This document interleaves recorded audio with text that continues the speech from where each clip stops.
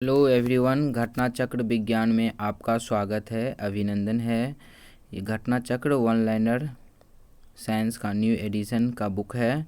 तो चलते हैं, शुरू करते हैं। पहला नंबर क्वेश्चन है, परमाणु बम का कार्यकारी सिद्धांत यूरेनियम का नाभिकीय विखंडन है और हाइड्रोजन बम का कार्यकारी सिद्धांत है कौन सी क्या चीज़, तो ड्यूटेरियम का नाभिकीय संलयन। हाइड्रोजन बम आधारित होता है किस सिद्धांत पर, अनियंत्रित श्रृंखला अभिक्रिया के सिद्धांत पर आधारित होता है। हाइड्रोजन बम विकसित किया गया था तो किसके द्वारा, एडवर्ड टेलर के द्वारा विकसित किया गया था। समृद्ध यूरेनियम होता है क्या चीज़, तो प्राकृतिक यूरेनियम जिसमें रेडियोधर्मी U-235 आइसोटोप का घटक कृत्रिम रूप से बढ़ाया जाता है। यूरेनियम के रेडियोधर्मी अपघटन विघटन का अंतिम उत्पाद क्या होता है, तो सीसा होता है। यूरेनियम के रेडियोधर्मी विघटन का अंतिम उत्पाद है तो सीसा अंतिम उत्पाद है। एक रेडियो एक्टिव पदार्थ की अर्ध आयु 4 महीने है। इस पदार्थ के 3/4 क्षय होने का समय लगेगा तो कितने महीने लगेगा, 8 महीने लगेगा। एक रेडियो एक्टिव पदार्थ की अर्ध आयु 4 महीने है। इस पदार्थ के 3/4 क्षय होने में समय लगेगा तो कितना महीना लगेगा, तो 8 महीने लगेगा। किसी भी घटन नाभिक तत्व की अर्ध आयु 5 वर्ष की होती है। 20 वर्ष की विघटन नाभिक पदार्थ का जो अंश बच जाता है वह है तो 1/16 भाग होता है। कि किसी विघटन नाभिक तत्व की अर्ध आयु 5 वर्ष की होती है। 20 वर्ष बाद विघटन नाभिक पदार्थ का जो अंश बच जाता है वह है 1/16 भाग। एक रेडियोधर्मी पदार्थ की अर्ध आयु 10 दिन है। इसका अभिप्राय है यह है कि पदार्थ के 3/4 भाग का विघटन 20 दिनों में हो जाएगा। एक रेडियोधर्मी पदार्थ का अर्ध आयु 10 दिन है जिसका अभिप्राय यह है कि पदार्थ के 3/4 भाग का विघटन 20 दिन में हो जाएगा। नेक्स्ट, एस्टेटाइन, फ्रांसियम, ट्रिटियम तथा जर्कोनियम में से एक रेडियो एक्टिव नहीं है तो जर्कोनियम रेडियो एक्टिव नहीं है। एस्टेटाइन, फ्रांसियम, ट्रिटियम तथा जर्कोनियम में से एक रेडियो एक्टिव नहीं है तो जर्कोनियम रेडियो एक्टिव नहीं है। U-233, U-234 और U-235 तथा U-239 में से यह यूरेनियम समस्थानिक जो परमाणु ऊर्जा संयंत्र में बिजली उत्पादन में इस्तेमाल किया जाता है तो वह है U-235। U-233, 234 और 235 तथा 239 में से वह यूरेनियम समस्थानिक जो परमाणु ऊर्जा संयंत्र में बिजली उत्पादन में इस्तेमाल किया जाता है तो वह है U-235। नेक्स्ट क्वेश्चन चलते हैं। यूरेनियम लोहा तथा तांबा तथा एल्युमिनियम में से विद्युत उत्पन्न करने के लिए उपयोग होता है तो किसका उपयोग होता है, यूरेनियम का उपयोग होता है। यूरेनियम लोहा तांबा तथा एल्युमिनियम में से विद्युत उत्पन्न करने के लिए उपयोग होता है तो यूरेनियम का उपयोग होता है। रेडियोधर्मी पदार्थ उत्सर्जित करता है तो अल्फा कण, बीटा कण तथा गामा किरण उत्सर्जित करता है। रेडियोधर्मी पदार्थ उत्सर्जित करता है तो क्या चीज़, तो अल्फा कण, बीटा कण तथा गामा किरण उत्पन्न करता है, उत्सर्जित करता है। अगर चालू नाभिकीय रिएक्टर में कंट्रोल छड़ों का उपयोग नहीं किया जाए तो चेन प्रक्रिया सीमा से बाहर चली जाएगी। अगर चालू नाभिकीय रिएक्टर में कंट्रोल छड़ों का उपयोग नहीं किया जाए तो चेन अभिक्रिया सीमा से बाहर चली जाएगी। भारत का प्रथम परमाणु संयंत्र है तो ये तारापुर मुंबई है। भारत का प्रथम परमाणु संयंत्र है तो कौन सा? तारापुर मुंबई। बार्क के वर्तमान निर्देशक हैं तो कौन? कमलेश नीलकंठ व्यास। बार्क के वर्तमान निदेशक कौन हैं? तो कमलेश नीलकंठ व्यास हैं। ध्रुव, पूर्णिमा तथा साइरस है क्या चीज़? तो भारतीय शोध रिएक्टर है। ध्रुव, पूर्णिमा तथा साइरस है तो भारतीय शोध रिएक्टर है। नेक्स्ट क्वेश्चन, भारत के न्यूक्लियर रिएक्टर्स में से प्रयुक्त होता है तो क्या चीज़ प्रयुक्त होता है? यूरेनियम 238 प्रयुक्त होता है। भारत के न्यूक्लियर रिएक्टर में प्रयुक्त होता है तो यूरेनियम 238 प्रयुक्त होता है। कलपक्कम प्रसिद्ध है किस लिए? परमाणु शक्ति संयंत्र के कारण कलपक्कम प्रसिद्ध है। कलपक्कम प्रसिद्ध है तो परमाणु शक्ति संयंत्र के लिए कारण प्रसिद्ध है। इंदिरा गांधी आणविक अनुसंधान केंद्र स्थित है कहाँ पे? तो तमिलनाडु में। इंदिरा गांधी आणविक अनुसंधान केंद्र स्थित है तो कहाँ पे? तमिलनाडु में स्थित है।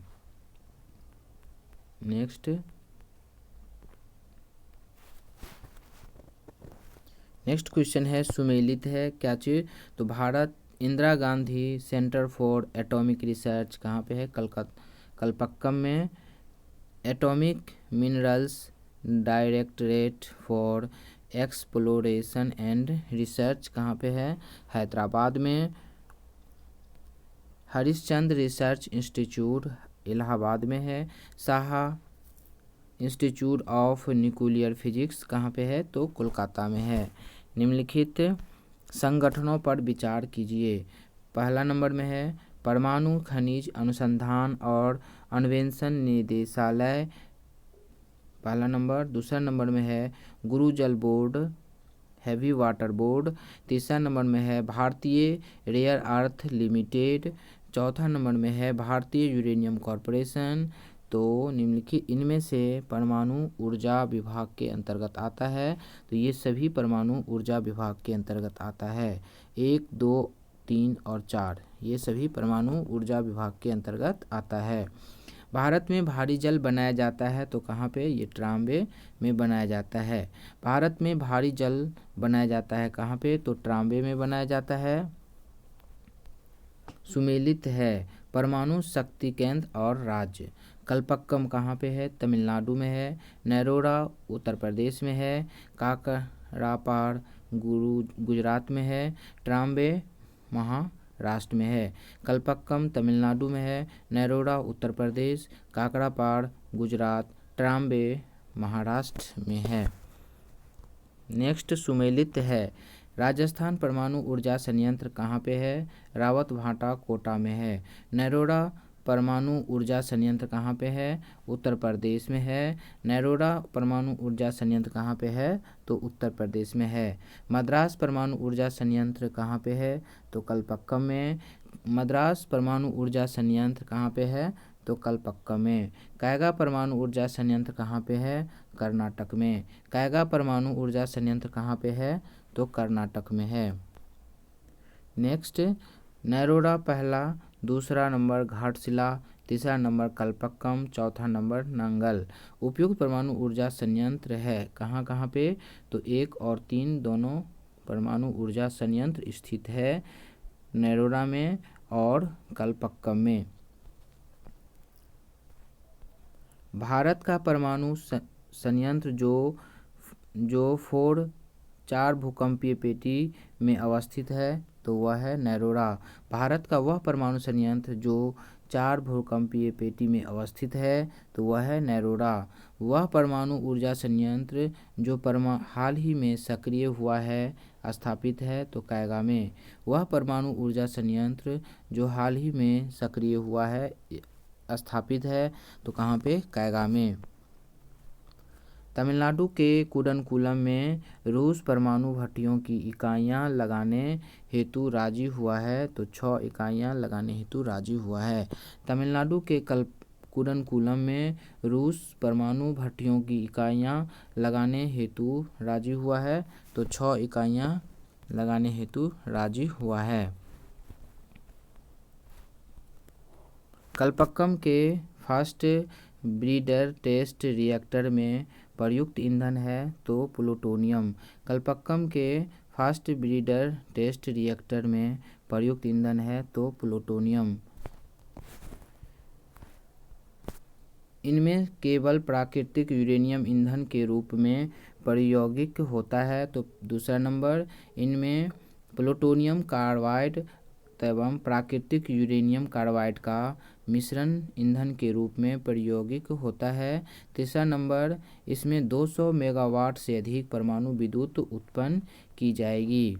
कलपक्कम फर्स्ट ब्रीडर रिएक्टर के विषय में उपयुक्त में से सत्य कथन है। तो दूसरा और तीसरा सत्य कथन है। कलपक्कम के फर्स्ट ब्रीडर रिएक्टर जो शीतलक प्रयोग में लाया जाता है वह है द्रवित सोडियम।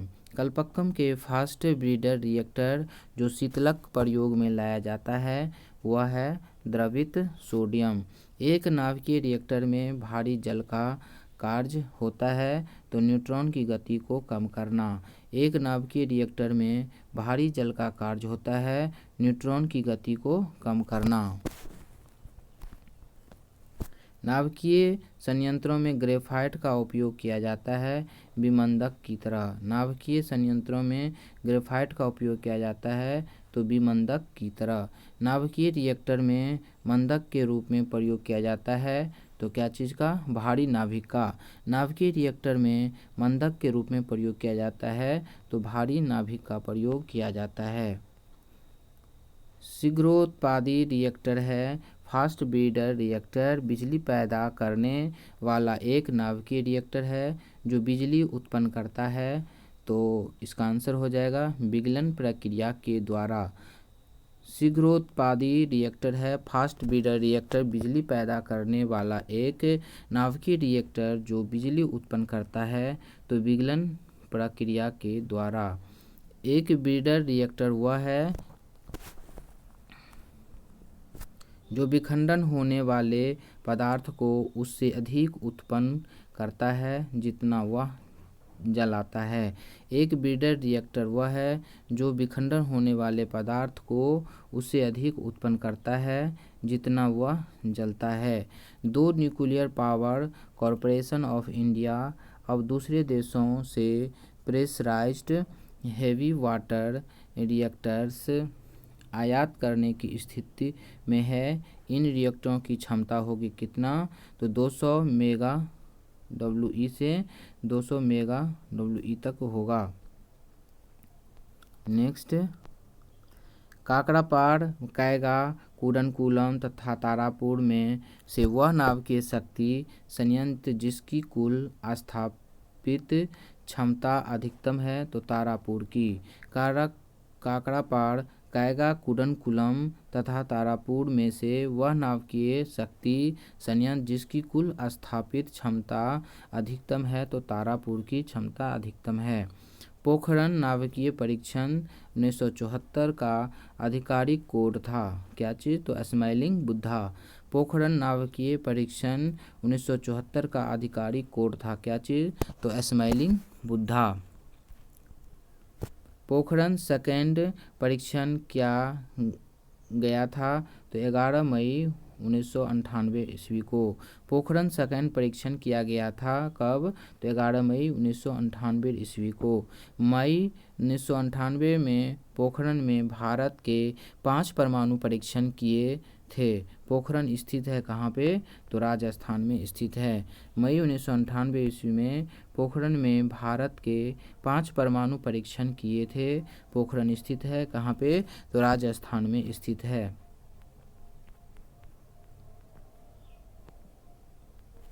अब नेक्स्ट चैप्टर चलते हैं कंप्यूटर और सूचना प्रौद्योगिकी से संबंधित। पहला कंप्यूटर बनाया गया था तो चार्ल्स बैबेज के द्वारा। पहला कंप्यूटर बनाया गया था तो किसके द्वारा? चार्ल्स बैबेज के द्वारा। कंप्यूटर के जनक कहा जाता है तो चार्ल्स बैबेज को। कंप्यूटर के जनक कहा जाता है तो तो चार्ल्स बैबेज को कहा जाता है। नेक्स्ट, इलेक्ट्रॉनिक कंप्यूटर का आविष्कार किया तो डॉक्टर एलन एम ट्यूरिंग ने इलेक्ट्रॉनिक कंप्यूटर का आविष्कार किया। किसने? डॉक्टर एलन एम ट्यूरिंग ने किया था। डिजिटल कंप्यूटर विकसित किया गया ब्रिटेन में। डिजिटल कंप्यूटर विकसित किया गया तो कहाँ पे? ब्रिटेन में। 2G स्पेक्ट्रम के अक्षर G प्रयुक्त हैं जेनरेशन के लिए। 2G स्पेक्ट्रम में अक्षर G प्रयुक्त हैं तो जेनरेशन के लिए प्रयुक्त हैं। एक पेन ड्राइव है एक हटाई जाने वाली द्वितीय भंडारण एकक। एक पेन ड्राइव है एक हटाई जाने वाली द्वितीय भंडारण एकक है।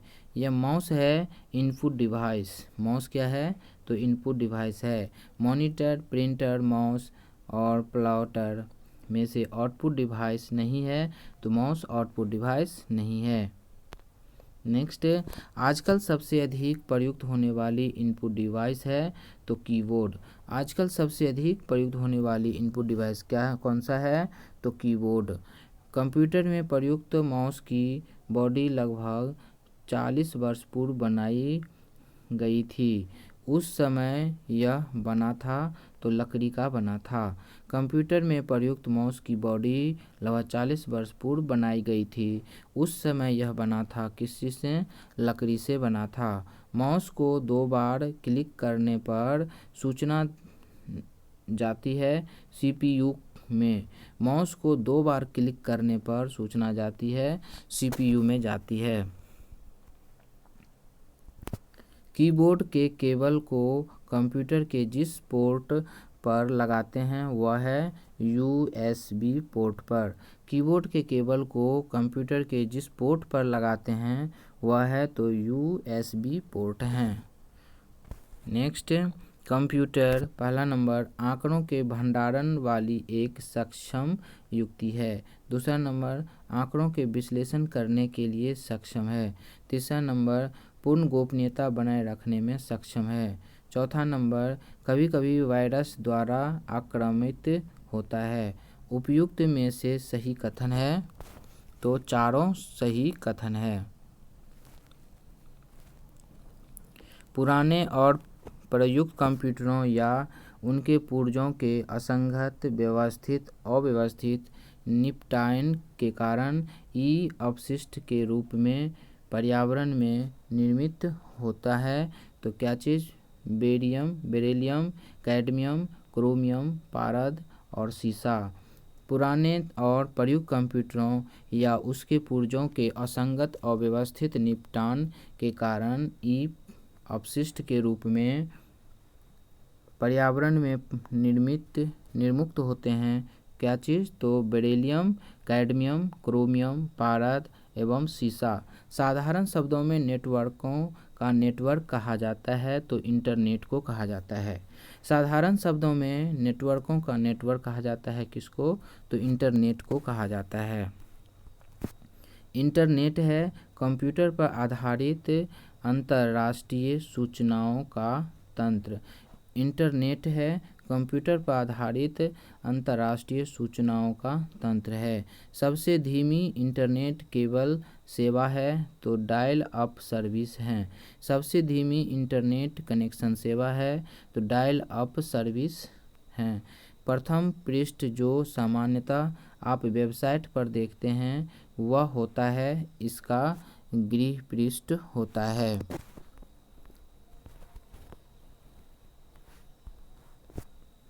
इंटरनेट सिस्टम प्रयोग करता है तो ट्री टोपोलॉजी का। इंटरनेट सिस्टम प्रयोग करता है तो ट्री टोपोलॉजी का प्रयोग करता है। इंटरनेट कार्य करता है तो केबल पैकेट स्विचिंग पर। इंटरनेट कार्य करता है तो केबल पैकेट स्विचिंग पर। MS DOS का सर्वप्रथम विमोचन हुआ था तो कब? 1981 ईस्वी में। MS DOS का सर्वप्रथम विमोचन हुआ था तो वर्ष 1981 ईस्वी में।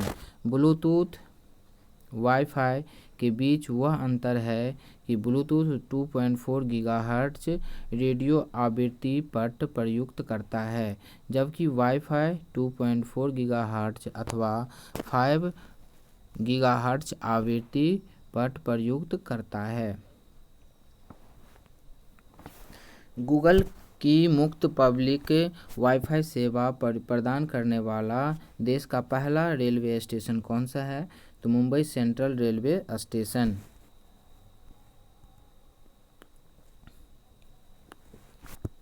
गूगल की मुफ्त पब्लिक वाईफाई सेवा प्रदान करने वाला पहला देश का पहला रेलवे स्टेशन है तो मुंबई सेंट्रल रेलवे स्टेशन। पहला नंबर, उच्च गति डेटा संचरण के लिए प्रकाश को माध्यम के रूप में प्रयुक्त करता है। दूसरा नंबर, यह एक बेतार प्रौद्योगिकी है और वाईफाई से कई गुना तीव्रतर है। उपयुक्त कथनों में से वाईफाई के समर्थन में कथन सही है तो कौन सा? 1 और 2 दोनों कथन सही है। कंप्यूटर व्यवस्था को जोड़ती है तथा विभिन्न देशों में से सूचना संकलित पर सैटेलाइट द्वारा विश्व में पहुंचाती है, उसे कहते हैं तो नेट कहते हैं। कंप्यूटर व्यवस्था जो जोड़ती है तथा विभिन्न देशों में से सूचना संकलित कर सैटेलाइट द्वारा विश्व से पहुंचाती है, उसे कहते हैं नेट कहते हैं। आभासी निजी परिपथ है, वर्टिकल प्राइवेट नेटवर्क है क्या चीज़? तो एक निजी नेटवर्क पर बना कंप्यूटर परिपथ है जो प्रयोक्ताओं को अपनी संस्था के परिपथ में प्रवेश करने की सुविधा देता है और प्रेषित की जा रही सूचना को संरक्षित रखता है। आभासी निजी परिपथ है तो क्या चीज़? वह निजी इंटरनेट पर बना कंप्यूटर परिपथ है जो प्रयोक्ताओं को अपनी संस्था के परिपथ में प्रवेश करने की सुविधा देता है और प्रेषित की जा रही सूचना को संरक्षित करता है। फिजिकल और नेटवर्क लेयर के बीच पाई जाती है तो डाटा लिंक लेयर फिजिकल और नेटवर्क लेयर के बीच पाई जाती है क्या चीज़? तो डाटा लिंक लेयर पाई जाती है। तालाश है इंटरनेट पर एक मल्टीमीडिया पोर्टल तथा एक article character recognition OCR Devanagari में सॉफ्टवेयर CDAC द्वारा संचालित है। साइबर आक्रमण तथा आंकड़ों की चोरी की डर से बचने हेतु centre for development of advanced computing ने एक नए सॉफ्टवेयर का विकास किया है जिन्हें कहते हैं तो नयन कहते हैं। साइबर आक्रमण तथा आंकड़ों की चोरी के डर से बचने हेतु centre for development of advanced computing ने एक नए सॉफ्टवेयर का विकास किया है, उसे कहते हैं तो नयन कहते हैं। भारत के सुपर कंप्यूटर परम का निर्माण किया तो पुणे में निर्माण किया गया है। भारत ने सुपर कंप्यूटर परम का निर्माण किया कहाँ पे? तो पुणे में निर्माण किया है। भारत के प्रथम स्वदेशी विकसित कंप्यूटर का नाम है तो परम नाम है। भारत के सर्वप्रथम स्वदेशी विकसित कंप्यूटर का नाम है तो परम। नेक्स्ट, पर भारतीय सुपर कंप्यूटर का जनक कहलाता है किसे? तो विजय भाटकर को कहलाता है। भारतीय सुपर कंप्यूटर का जनक कहलाता है तो विजय भाटकर को कहलाता है। भाभा परमाणु अनुसंधान केंद्र द्वारा विकसित सुपर कंप्यूटर परियोजना है अनुपम। भाभा परमाणु अनुसंधान केंद्र द्वारा विकसित सुपर कंप्यूटर परियोजना है अनुपम। सुपर कंप्यूटर के लिए शब्द लंबाई की परास होती है तो 64 बीट तक। सुपर कंप्यूटर के लिए शब्द लंबाई की परास होती है तो 64 बीट तक होती है।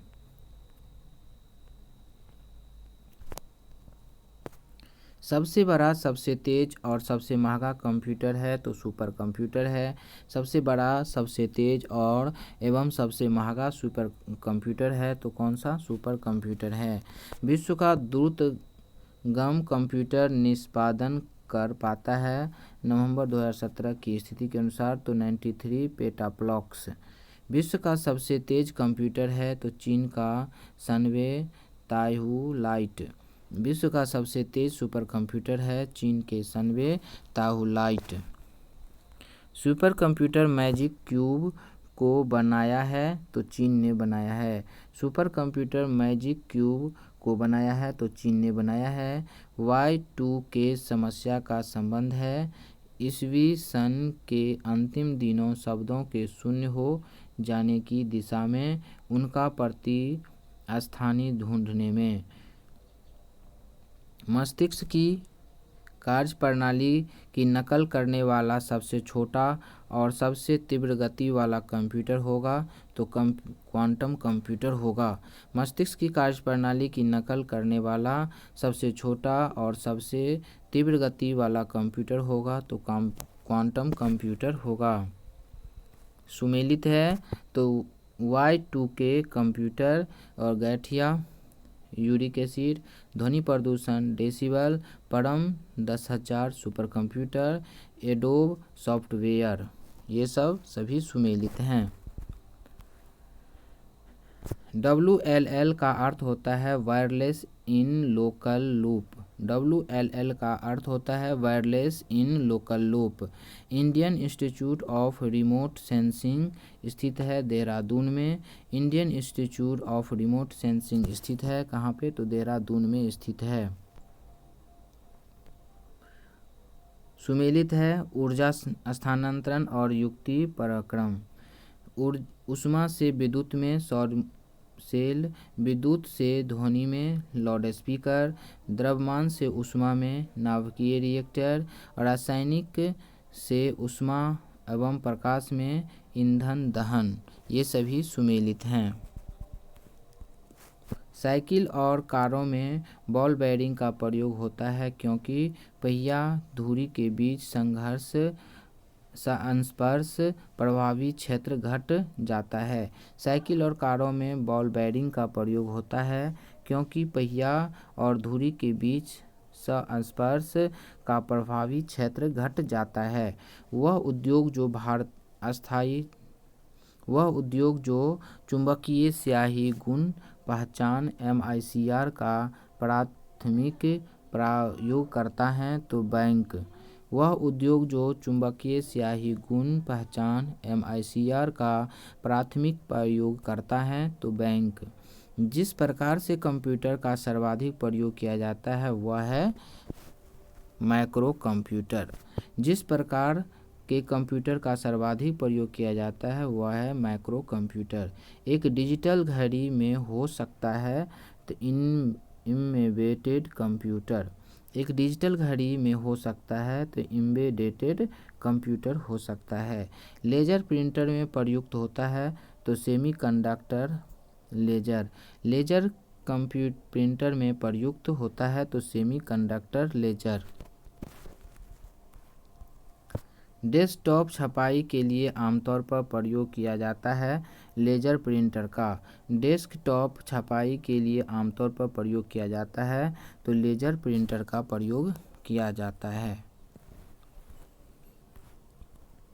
डेली व्हील प्रिंटर है तो एक इम्पैक्ट प्रिंटर है। डेली व्हील प्रिंटर है तो एक इम्पैक्ट प्रिंटर है। इंटरनेट पर www का अर्थ है वर्ल्ड वाइड वेब। इंटरनेट पर www का अर्थ है तो वर्ल्ड वाइड वेब।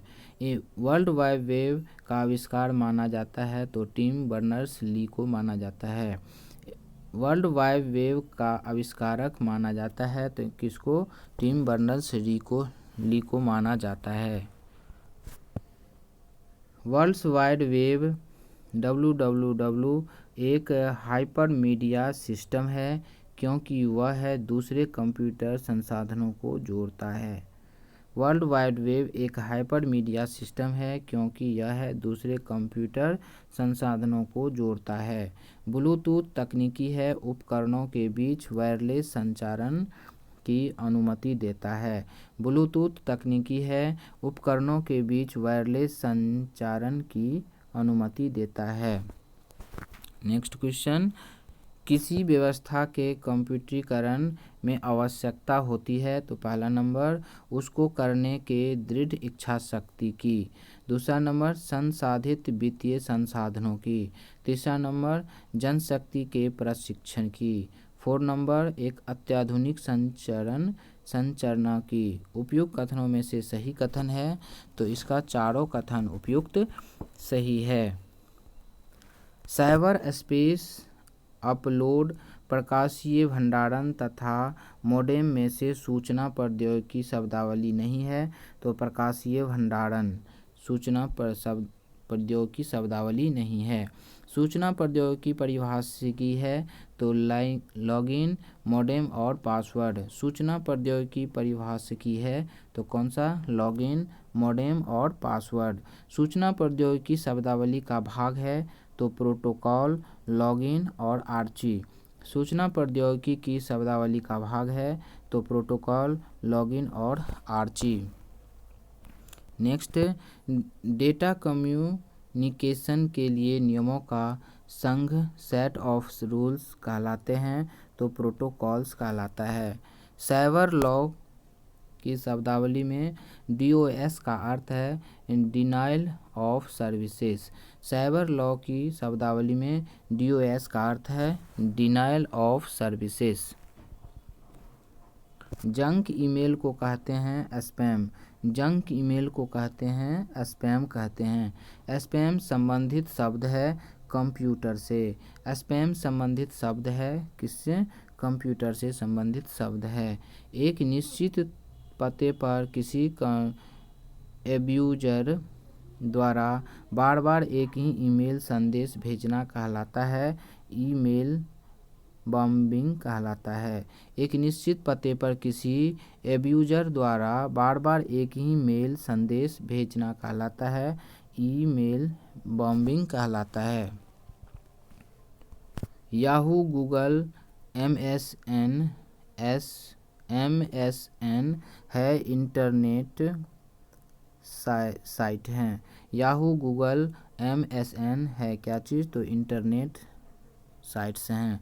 गूगल ने जिस वेब ब्राउज़र को विकसित किया है वह है क्रोम। गूगल ने जिस वेब ब्राउज़र को विकसित किया है वह है क्रोम।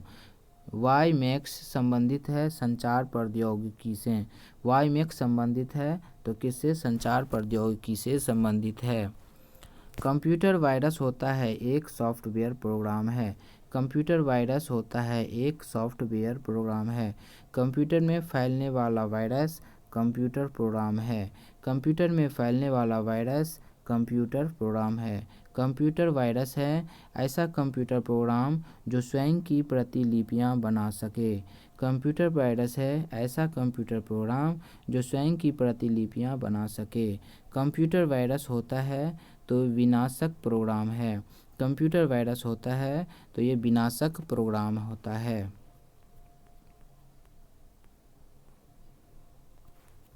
कंप्यूटर वायरस का मतलब है विद्वेषपूर्ण कार्यक्रम। कंप्यूटर वायरस का मतलब है तो इसका मतलब है विद्वेषपूर्ण कार्यक्रम।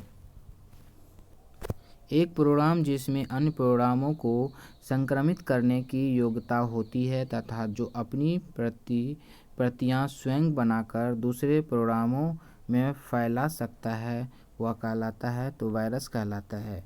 एक प्रोग्राम जिसमें अन्य प्रोग्रामों को संक्रमित करने की योग्यता होती है तथा जो अपनी ही प्रतियां स्वयं बनाकर दूसरे प्रोग्रामों में फैला सकता है वह कहलाता है वायरस कहलाता है। संचार नेटवर्क प्रणाली में फायरवॉल का प्रयोग बचाता है अनधिकृत आक्रमण से। संचार नेटवर्क प्रणाली में फायरवॉल का प्रयोग होता है तो अनधिकृत आक्रमण से। अमेरिकन टेलीफोन व टेलीग्राफ ने एक ऐसी कंप्यूटर कार्य प्रणाली विकसित की जो कि बहुजन इस्तेमाल वातावरण प्रदान करती है। इन्हें कहते हैं तो यूनिक्स कहते हैं। अमेरिकन टेलीफोन व टेलीग्राफ ने एक ऐसा कंप्यूटर प्रणाली विकसित की जो कि बहुजन इस्तेमाल वातावरण प्रदान करती है इसे कहलाते हैं यूनिक्स कहलाते हैं।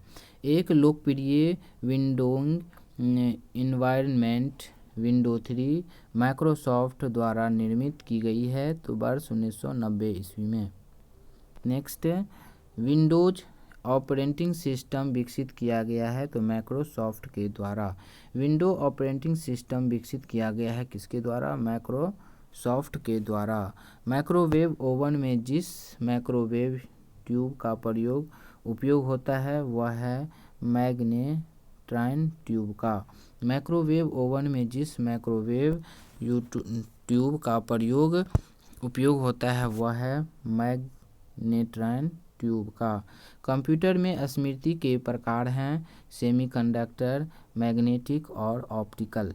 कंप्यूटर में स्मृति के प्रकार हैं तो सेमीकंडक्टर, मैग्नेटिक एवं ऑप्टिकल्स। नेक्स्ट, कंप्यूटर की स्मृति का मापन किया जाता है तो बिट्स के द्वारा। कंप्यूटर की स्मृति का मापन किया जाता है तो बिट्स के द्वारा। द्विआधारी बाइनरी संख्याएं हैं तो 0 और 1। द्विआधारी बाइनरी संख्याएं हैं तो 0 और 1। बाइनरी कोड की संख्या 7 लिखी जाती है 111 से। बाइनरी कोड की संख्या 7 लिखी जाती है तो 111 से। बाइनरी भाषा बनी होती है तो 2 अंकों की बनी होती है। सेल्फी कम्प्लीमेंट्री कोड हैं तो 5211। सेल्फ कम्प्लीमेंट्री कोड हैं तो कितना? 5211। नेक्स्ट, 1+1 का द्विआधारी योग होता है 0 तथा कैरी 1। 1+1 का द्विआधारी योग होता है 0 तथा कैरी 1 होता है। एक कंप्यूटर की स्मृति सामान्य तौर पर किलोबाइट अथवा मेगाबाइट के रूप में व्यक्त की जाती है। यह बाइट बना होता है 8 द्विआधारी अंकों का। 8 बीटों के समूह को कहते हैं बाइट्स कहते हैं। 8 बीटों के समूह को क्या कहते हैं? तो बाइट्स कहते हैं। नेक्स्ट, 1 बाइट्स बराबर होता है 8 बिट्स के।